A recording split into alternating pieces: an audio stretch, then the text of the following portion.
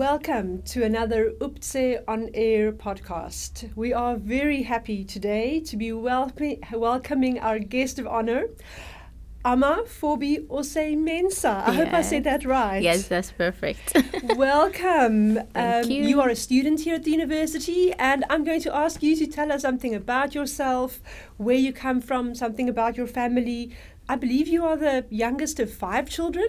Thank you for the question. Okay, so Ama Fobi, as you said, popularly called Ama, and I'm from Ghana. And I am the last of 6 children. 6 children. Yes, it's 6 children. Goodness. And the last of 5 girls and 1 boy. And I'm also a student of University of Pardubice, reading Regional Development and Governance, a master. A master. So Yes. you did your bachelor's in Ghana, and now you're doing your master's over here. Exactly. So tell us more about what your bachelor's degree was in, what you studied, and what you are studying here, and how you got here in the first place. It's not a very logical jump. Yes. From Ghana to Pardubice. Yes. So in Ghana, I went to the University of Education, Winneba, and I read management with an economics as a major, and I studied all about management, office management, economics, accounting, and so on. And as I said, I majored in economics, and while when I was done, I think after I finished serving my country, I got the opportunity to come to University of Pardubice through a friend, a family acquaintance who actually came to school here in University of Pardubice, and he recommended University of Pardubice for me. And I also made my research about Pardubice, about Czech Republic. Honestly, I hadn't even heard about Czech Republic. Not the most popular place, I suppose, when you are reading through the information in Ghana. Yes, and I saw some interesting facts about Czech Republic. And the most interesting one was, okay, so this is in the center of Europe. I can move around everywhere that I want. I have access to like 26 countries, and the cost of living is low. And to academics, Czech Republic is known to have a very high quality of higher education. That's right. So, I said, then let me move on. Let me take this opportunity as I have gotten it. And I tried, and here I am. And here you still are, Yeah. and you have been here for a while. You have been here how long? Yes, I have been here for 1 year and 2 months. Okay. But I have been to Lithuania for 3 months for an exchange program. Actually, my program, that is the Regional Development and Governance, is a joint study program. That's fantastic. Between University of Pardubice and Šiauliai Academy of Vilnius University in Lithuania. That's fantastic. Yes. So you've really had the opportunity to travel already. Yes, and it was one of the attractive nature of this course for me, because I get to study in 2 different universities with 2 different experiences from different lecturers, from meeting different people, and it was a very nice experience. That must be really interesting, especially because you are studying the free flow of capital in Europe, in the EU. Yes. So that must be really interesting to have that perspective. Yes. And that's not something which you can do from Ghana, I suppose. No. So my master's thesis is on the free movement of capital in the EU. And it's quite, for me, it's a novelty, because I can explore on certain things that haven't been thrown much light on. I would be able to get into what it is actually about, what are the challenges, and also be able to give my opinion on what the EU is doing. And trust me, it's not a small task. Yes, I can imagine. It's very interesting, as I have been reading, and also with the support of my supervisor, Mrs. Yana Yanderova. Yes, she's been very awesome for me. That is great to hear. Yeah. It is probably giving you an interesting perspective on the topic because you are not an insider of the EU, that it's an outside perspective must be interesting as well. Yes, it is, because I get to see what other people are thinking, what other people have propounded, what other people have already about this particular freedom. So I get to be in the shoes of other people, be in my own shoes, and also be in the shoes of the EU to be able to give my opinions and conclusions on this particular freedom. So it's a very interesting thing for me. I assume that this would also be something which is interesting when you think back in Ghana, the African Union, whether there is any possibility to apply some of the principles. That would be really interesting, I suppose, in your working life in a few years from now. Yes, because as African Union could, it really has much improvements to go on from years to years, because the EU has achieved a lot of things with this community. And this free movement of capital is, let me say, the binding glue of all the movements. So with this study this journey that I'm on, I would be able to make some recommendations even to my part of the world, what we can also do to improve, and also to have what the EU has, not now, but for some years to come. It will be a journey that you will go on. Yes.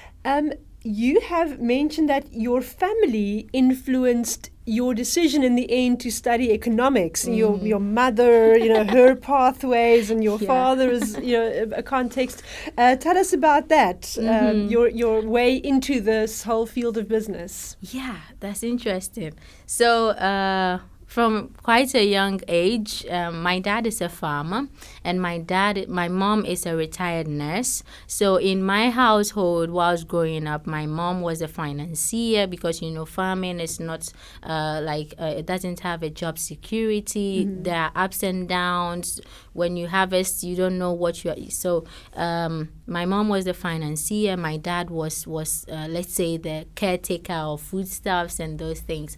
So when I was growing up, funny enough, I told my dad, I'm going to read business. And he was like, really? I said, yes. Why? And I said, because I want to invest in what you do.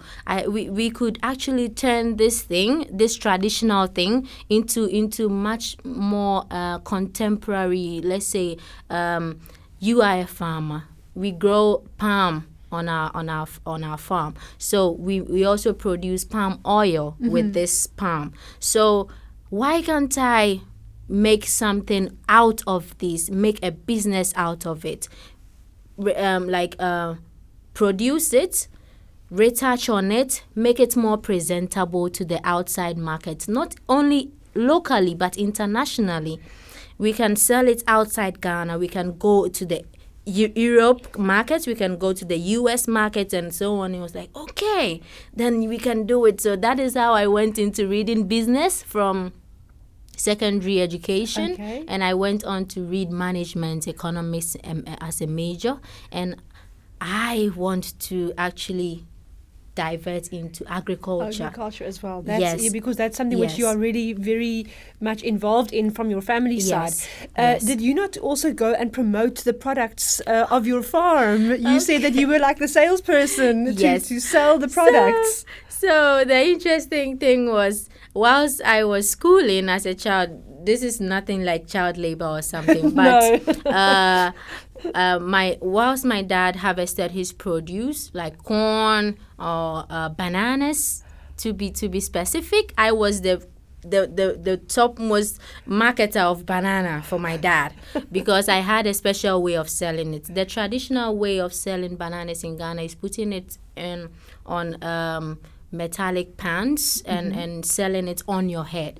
But what I used to do was put them in baskets, cover them up with clothes, tablecloths, and then go to my mother's workplace, that's the hospital, and market it to her colleagues. And they'll be like, okay, you are selling bananas. Where are the bananas? I'm like, they are in the basket. They'll be like, wow. Okay, give me some. And okay. I used to sell everything that I took out. So I was really earning for myself and my parents with doing this business, and it was really nice. It sounds like you were the precursor to Rochlik, or somebody who delivers food in the Czech Republic. Yes. You were doing that, bringing the food to the people, even before the pandemic hit. Yes. So you saw the marketing gap that you could use. Yes. That sounds very enterprising of you. Right, so you mentioned about some of the produce you grow on your farm. You mentioned palm, and we spoke about palm wine, which I'd never heard of before, and you mentioned bananas and corn. But then we also spoke about something called a plantain, which I must admit I had never heard of it before. And when I Googled it, it looked like a banana. And you have some examples here, and you actually brought them from Globus. It's not even from your own farm. No. But tell us something about the plantain. Okay, so this is a plantain, and it really looks like a banana. It does. And this is the unripened one, the main one that you get from the farm. Yes. And it ripens into this. And this is the main difference between the plantain and the banana is that this is not a fruit. Yes. It's actually something like a tomato, as you Googled. So you will have to cook it before you can eat. You cannot eat it raw. So in Ghana, we have different ways of preparing it. You boil it, you fry it. When it's ripened, you can roast it. Okay. And so you can do these things with it, and also you can mash it. Okay. When you boil it, you can mash it, and it becomes something like they have this potato food here in Czech Republic, and it's like that. Okay. So this is the plantain. But I'm very happy for you that you are able to find them in Globus, that you don't have to import them all the way from Ghana. That was heaven. As I got here, I was like, what am I going to eat? I haven't eaten. Trust me, I hadn't eaten potatoes before. Okay. So what was I going to eat? Is it going to be only rice, egg, and bread? And one Ghanaian who was here introduced this to me. Oh, you can get a plantain in Globus. I said, okay. So I went to Globus and I found it. And I think I am the top customer of plantain in Globus. Yes. Okay. Yesterday I went to Globus and I bought everything. Oh my goodness. Yes. Okay, so which maybe even will lead to Globus having to contact your father. So this could be a circular economy thing in any event. Yes. Just tell me something. We spoke about palm wine. I had never heard of palm wine before. Okay, so on my father's farm, we have the palm tree that we get the palm fruits from, and we produce the palm oil from. And one interesting thing about the palm is that none of its parts goes waste.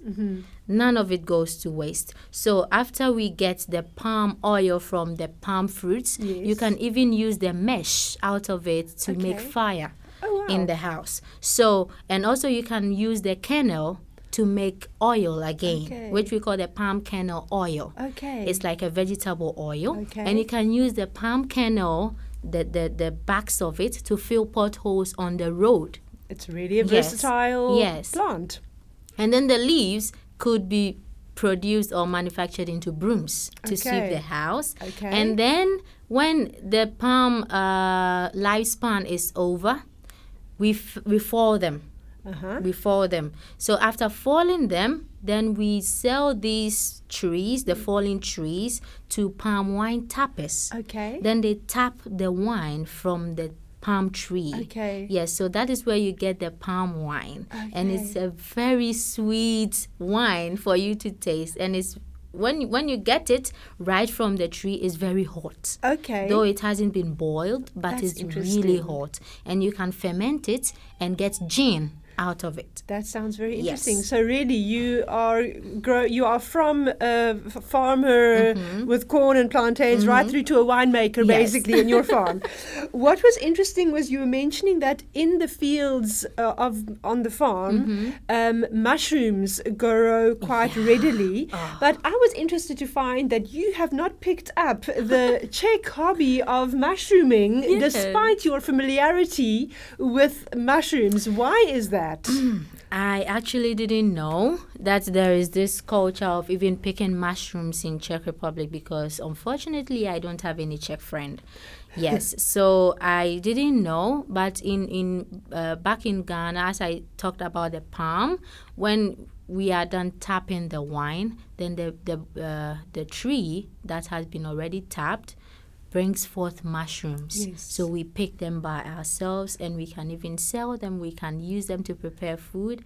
So I am looking forward to find a Czech friend who would be taking me to pick mushrooms, because I really love mushrooms. I have so many ways of cooking mushrooms. That's fantastic. Yes. Then you really, that's a very good Czech tradition to find and become familiar with. Really the trick is just to know which ones to pick, because a friend of mine told me that all mushrooms are edible, but sometimes some of them are edible only once. And so that's the problem. You want to be able to eat mushrooms more than once, right? And some of them I know are poisonous. Yes. Because in my father's farm, there are some mushrooms that do not come from the palm tree. They come on their own, and some of them has these dark spots on it. And my dad told me, if you eat this, you are going to die. You are going to die. So so those ones you should leave alone. No, you should leave them alone.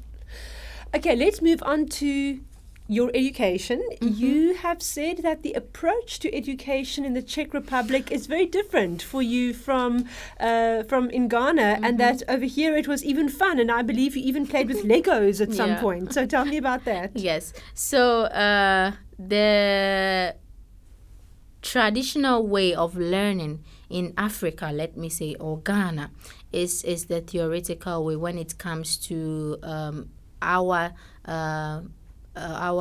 sector or our part of education, that is the humanities, the humanities side or the sciences side. But when it goes to engineering, those faculties, then I think they are much more into practical. But on our part of the studies is mostly theoretical, because we only go to school, we learn, and then we call something, you have to get them in your head. When it's examination time, you write it, and sometimes you forget. Yes. But what is interesting is when I came here, it's more of a student-centered education, student-centered learning. I get to present my own work. I get to research.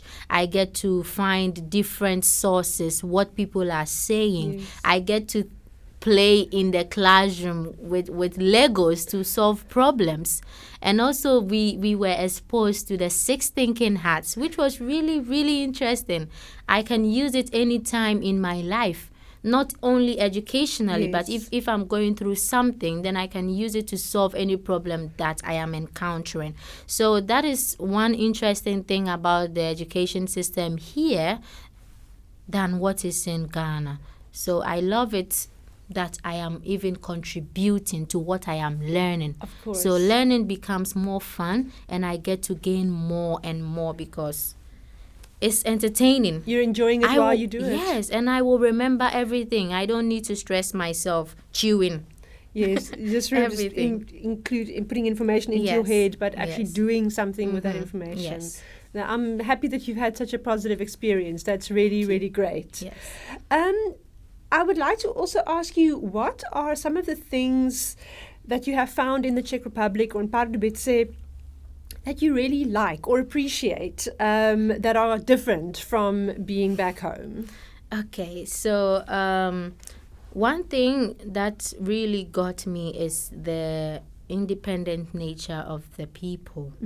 The people are like of themselves.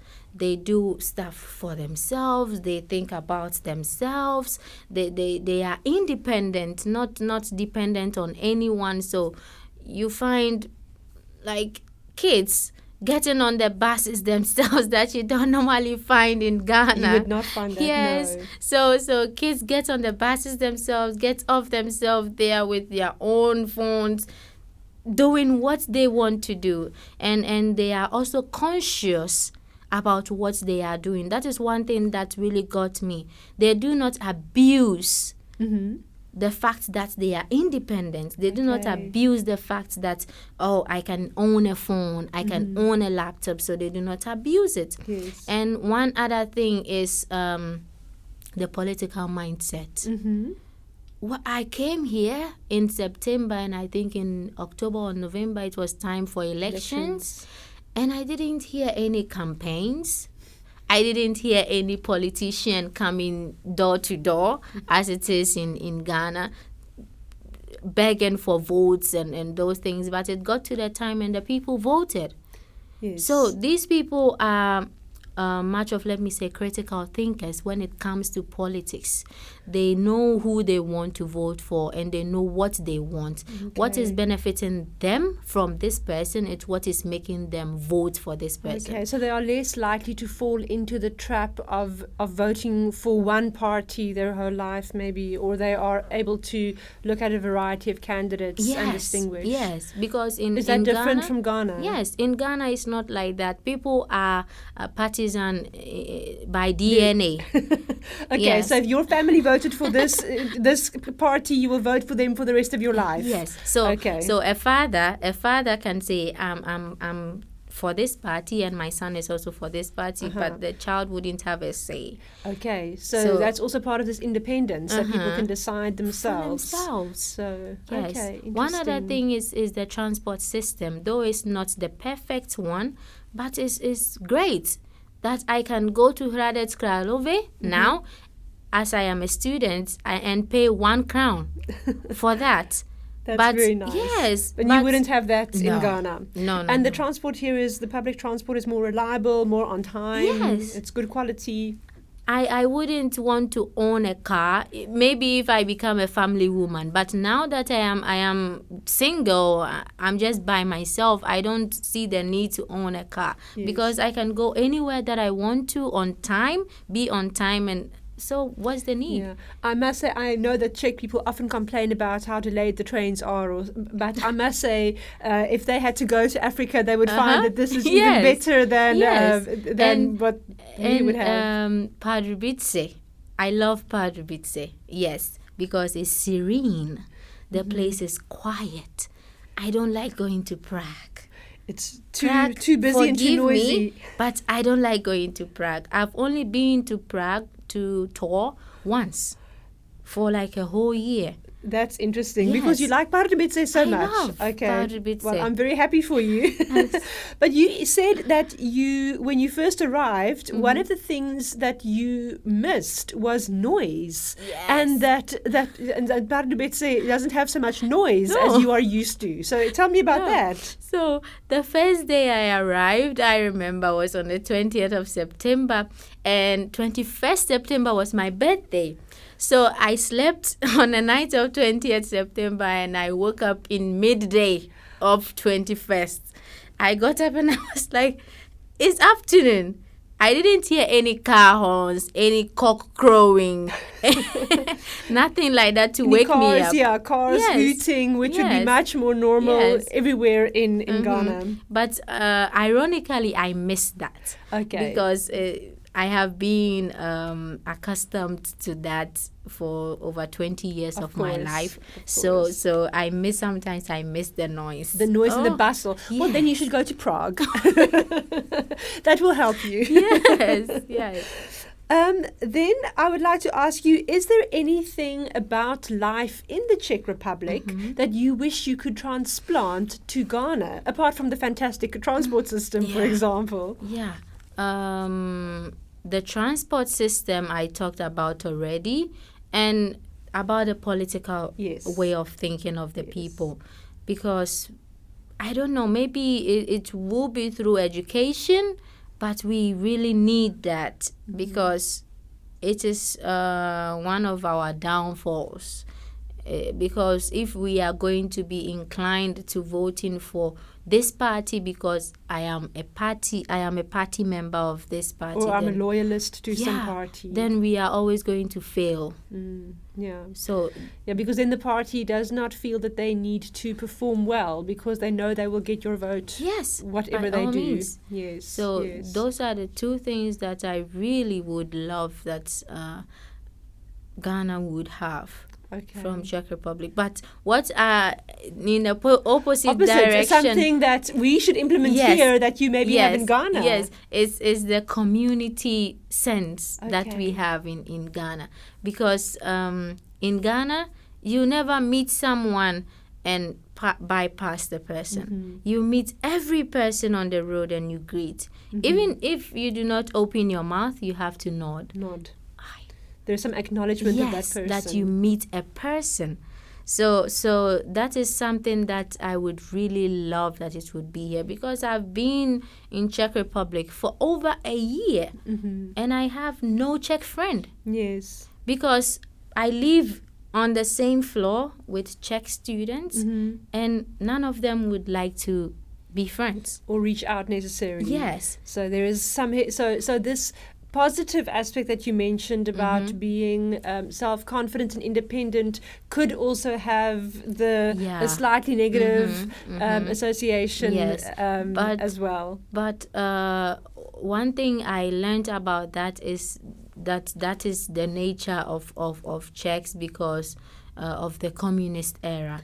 But I hope it is changing now. I see that it is changing because the kids I meet these days, even with their parents, they greet. Yes. Their parents do not greet and they'll be like, Dobry den. Okay. And you can say Dobry den back to them and then they look at you. And they greet. I'm like, okay, this is changing. I hope it changes when they grow up. When they grow up. Yes. You mentioned that there are a few other students from Ghana at the University of Pardubice. I believe you said it's around 20 students. Are you all one happy little Ghanaian family, or how does it normally work? Because I suppose some people think, oh, we don't need to be friends with them because all the Ghanaian people will probably be friends with each other. Is that how it works in reality, or not really? It's so funny because even as we are here, not every Czech is a friend to all Czech people. So yes, we are plenty Ghanaians here. There are, but we are not like a family. We are a community. We acknowledge each other. If I meet a Ghanaian person, I know the person. I would talk to the person, but that doesn't mean we are closest of friends. We are not close friends. I have one closest friend here in Pardubice, and unfortunately, he's a guy, so I'm a lady. We cannot do everything together and most things together, but we are okay. We are friends. But if we had like friends, like someone, okay, I have friends after class I can go out with, I can go bowling with, I can go this with. That would be cool. We are all Ghanaians from the same place, but we are not all with the same mindset or with the same priorities. Of course. Yes. Just because somebody is from the same country as you, it does not mean that you will all get along and be friends. Yes. Just as you mentioned, not every Czech person will always be friends with every other Czech person. So even if they are in a different country. And it's funny. It's funny that people, you meet someone and the person is like, where are you from? I'm from Ghana. And it's, oh, I know someone from Ghana. He's called this. Should I know the person? Oh, when they mean they know somebody from another city and some other... Yes. I don't know if you want me to know the person because there are over 5 million people only in my city. Only in your city? Yes. 5 million? Yes. Good grief. Okay, that's a lot. So how am I supposed to know someone? What's the probability that I will know someone from the capital? But hopefully that is some kind of attempt to make some connection, to say, oh, yes, I haven't been to Ghana, but I know somebody else. So hopefully that's a positive attempt at making some connection. We were chatting, and you also mentioned that the children sometimes in the shops will greet you and they will maybe look at you because, of course, you look different from what some other people and most of the people in Pardubice would look like. And you mentioned that some people might be afraid to say she is black or to use the word black as a descriptive word because they might feel it is racist or offensive. Yeah.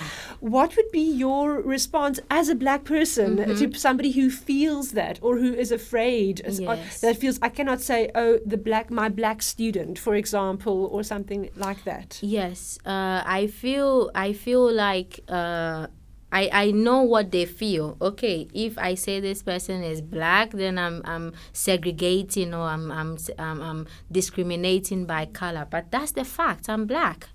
So if you say, okay, I have a black friend or I have a black student or this person is black, that is not you being racist. Because if you, what other things can you use to describe best? You trying to go all around and try to describe would make it feel very weird, very upset, and more racist. Not trying to use the word black. Yes. And it's funny that when I traveled to Germany too, and I had some friends. I still have those friends, and they were chatting. I wasn't part of the chit chat, but I just arrived, and they were talking about another black person who is a guy. And I asked them, "Oh, who?" And one of the guys was like, "This guy." He mentioned the name, and I still didn't know the person. So he was like, "He's like you," and I'm like me, a girl, and he said no.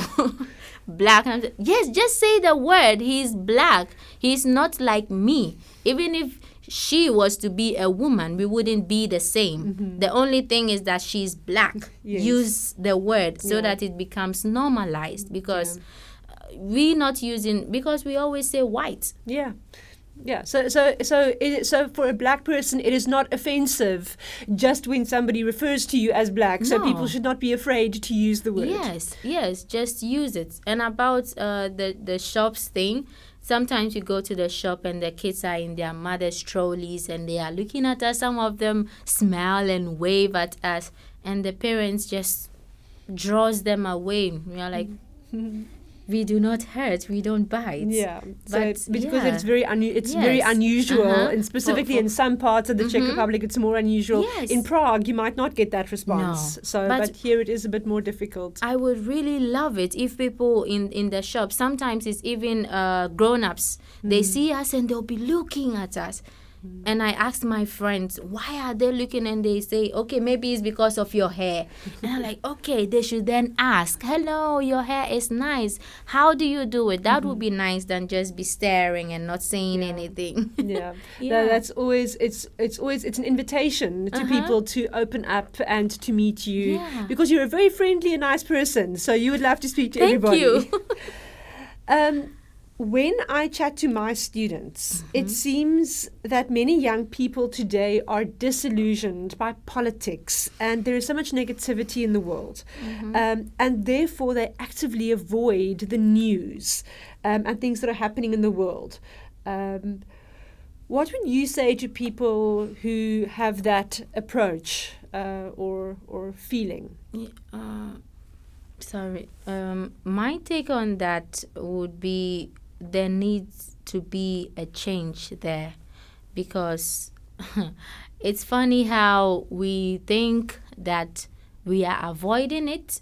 So I don't know if we think we are avoiding it so it doesn't affect us, but us not paying more attention to it, it also has an effect on us.